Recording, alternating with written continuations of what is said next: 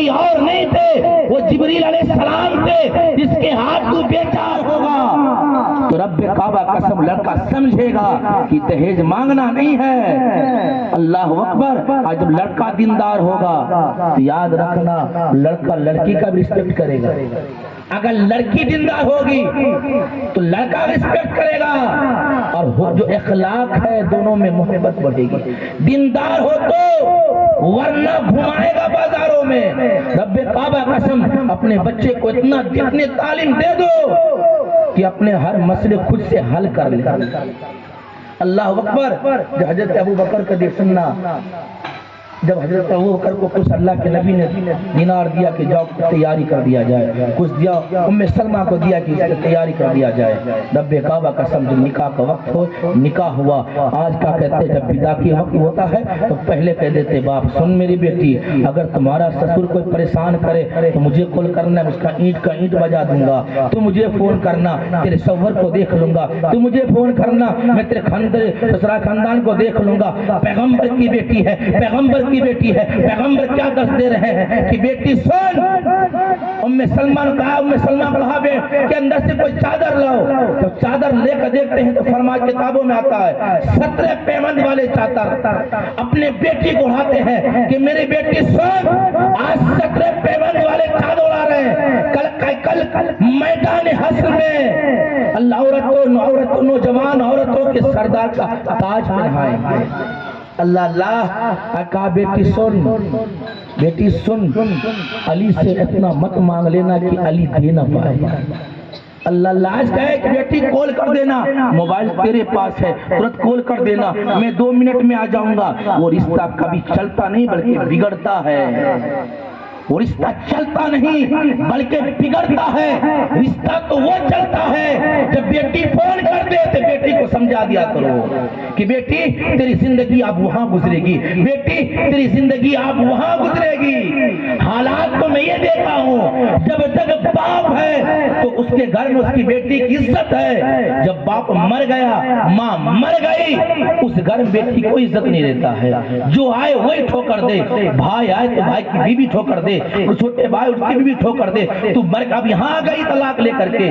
اللہ اللہ جو شوہر کے پاس رہتی ہے، اللہ اللہ وہ اپنے مال کی خود مالک رہتی ہے۔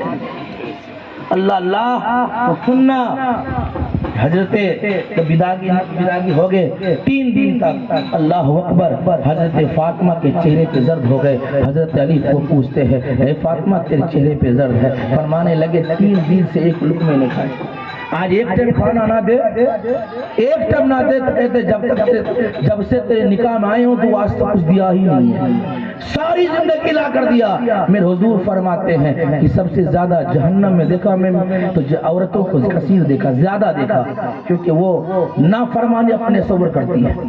ساری زندگی شوہر کما کر دیا، ساری زندگی لا کے دیا، جب مصیبت آئے نہیں دے پائے، کہتے جب سے تیری نکاح میں آئے ہو تو مجھے آج تک لا کر دیا کیا ہے۔ اللہ اللہ جب مصیبت میں آ جائے شوہر، اس وقت جو دے دے تو اللہ کا شکر ادا کیا کرو، اللہ کا شکر ادا کیا کرو۔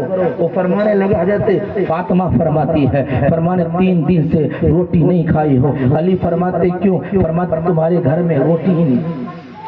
3 دن سے فاطمہ، پھر بھی شکوہ نہیں ہے۔ اللہ اکبر۔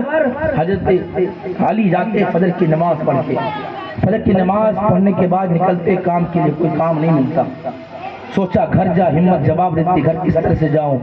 جب رسول اللہ ملتے، بتا میری بیٹی فاطمہ کی حال کیا ہے، میں کیا جواب دوں؟ رب کعبہ قسم جاتے ہیں، کوئی کام نہیں ملا۔ شام کے وقت دیکھا کہ ایک شخص اونٹ لیے ہاتھ میں، اونٹ ہاتھ میں لے کر کھڑے ہیں، حضرت علی گزرتے ہیں، فرماتے علی اونٹ لوگ کیا؟ علی اونٹ لوگ کیا؟ فرماتے میرے پاس کوئی پیسہ نہیں ہے، کوئی دینار درہم نہیں ہے۔ فرماتے لے جا، اسے بیچ کر کے ادا کر دینا، اسے بیچ کر کے ادا کر دینا۔ جب آگے گئے تو ایک شخص اور ملا، وہ فرمانے لگے کہ علی کیا اونٹ بیچنا چاہتے ہو؟ علی اونٹ بیچنا چاہتے ہو؟ فرماتے ہاں بیچنا چاہتا ہوں۔ مثال پر 100 دینار میں لیا، درہم میں لیا، بولا 110 میں بیچ دیا، 110 میں بیچ دیا.